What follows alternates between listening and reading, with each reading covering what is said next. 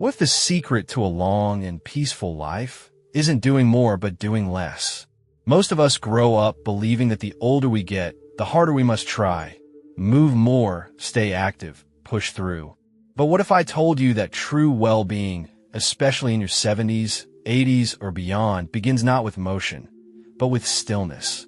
There's something quietly powerful in slowing down. Buddhist teachings remind us the depth of life is not found in how fast we go, but in how present we are. And today, dear friend, I want to share with you 3 gentle practices, simple yet transformative, that can bring more peace, clarity, and joy into your days. Let me begin with a moment I won't forget. Not long ago, I saw an elderly man sitting alone on a bench in the park. He wasn't doing anything remarkable, just smiling softly, looking at the trees. Something in his stillness drew me in. I sat beside him, and we began to talk. His voice was calm, like water moving slowly over stones. He told me, "I used to chase everything, money, responsibilities, time. I thought happiness was an achievement, but now I know it's in peace. I live by 3 small principles now, and they've changed everything." His words settled into my heart like a quiet truth, and I'd like to pass them on to you.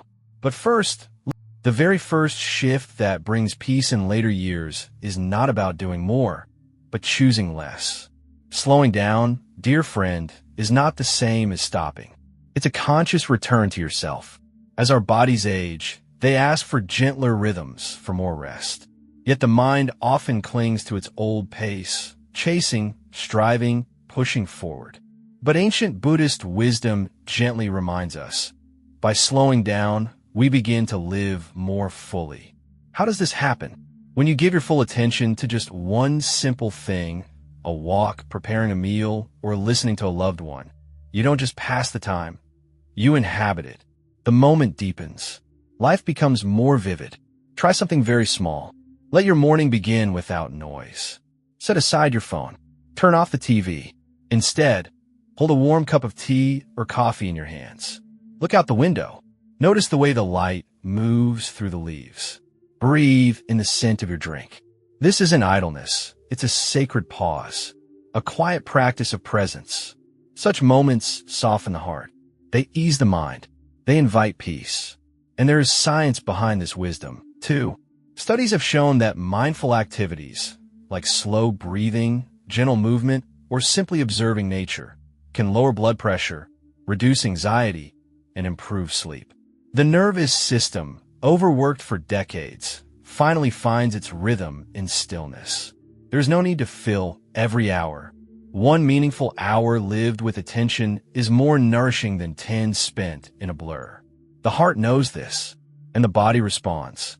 So let me ask you, what is the rhythm of your life? Is it still rushing, even now? If so, perhaps it's time to step out of the race. Because these years, your years, are not for running. They're for seeing, feeling, and being. They're the season of wisdom. Let them be slow. Let them be full.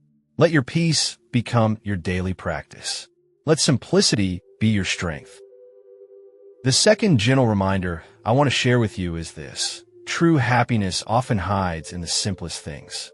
Not in milestones or medals, not in perfect health or a full bank account, but in the soft, ordinary moments we often overlook.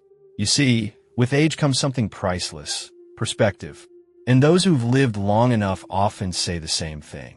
What truly matters isn't what you achieve, but what you notice. Let me offer you a small experiment. Today, look for 3 moments that bring you a quiet smile. Just 3. It might be the rich taste of your breakfast, the way the sunlight falls across the table, or a gentle word from someone you love. Write them down. Not for anyone else, for yourself. No rules, no pressure. Just a small list of little things that made you feel something soft and good inside. Why do this? Because our minds are trained by habit, by life, to focus on what's missing. We scan for problems, for what's wrong, for what needs fixing. We've spent decades worrying, organizing, solving. That's a strength. But with time, we must also learn a different kind of wisdom, the wisdom of appreciation. When you gently guide your attention toward what's good, what's kind, what's beautiful, something begins to shift. You start to see life not as something broken, but as something whole. You begin to notice that peace doesn't always come in grand packages. Sometimes it lives in a cup of warm soup, or in the smell of clean sheets, or in the softness of evening light. This isn't philosophy. It's life experience. I once asked my grandmother, who lived a long and quiet life, how she stayed so peaceful. She smiled and said, "I stopped waiting for big joys. I just started noticing the small ones." There is something magical that happens when we begin to notice. The present moment slows down. The heart softens. Even pain becomes easier to carry when wrapped in gratitude. You don't have to pretend that everything is perfect. You only need to recognize that within every day, no matter how ordinary, there's something that whispers, "This is worth living." Maybe it's the birdsong outside your window. Maybe it's the way your hands remember how to prepare a familiar meal. Maybe it's a memory that suddenly returns and warms you like the sun. So try this, dear friend. 3 small joys a day. That's all. A smile, a flavor, a memory, a moment. With time, you may find that joy doesn't need to be chased. It's not far, it's not difficult, and it's not lost. It's been right here all along, quietly waiting to be seen. The third, and perhaps most tender of these practices, is gratitude. In the Buddhist tradition, gratitude is not just a feeling. It is a path, a way of seeing the world that softens the heart and brings clarity to the mind. It gently shifts our attention from what's missing to what's already here. Each night, before you rest your head, pause for a moment. Ask yourself, what touched my heart today? It doesn't have to be grand. It might be your steady breath, a warm meal, a kind word from someone you love. Write these things down or whisper them into the quiet. This is not just a habit, it is healing. Why does this matter? Because as we grow older, the mind often wanders toward memories that ache or worries we cannot control. Gratitude brings us home. It shows us the quiet richness that still surrounds us. Let's try something together now. Gently close your eyes.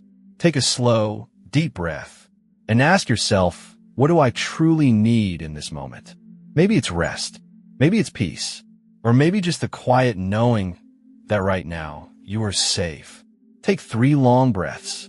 With each inhale, feel calmness enter your body. With each exhale, let go of tension. Now, bring to mind something kind that happened today. Even if it was small, let it warm your heart. Smile even softly. This is gratitude. This is presence. We so often search for answers in books, advice, or endless information. But the wisdom we need, the stillness, the joy, it already lives within us. Your body knows. Your spirit remembers. So listen to yourself. And if you feel this message might bring comfort to someone you love, don't keep it to yourself. Share it. Let these practices ripple outward. Try living with these 3 small keys, slowing down, finding joy in simplicity, and giving thanks for just 1 week. See how your world begins to shift. Because, dear friend, your age is not an end. It is a new beginning. A season not of limits, but of deep beauty, gentle awareness, and quiet joy. 3 keys, 1 life, and each day a gift. Thanks for watching. See you in the next videos.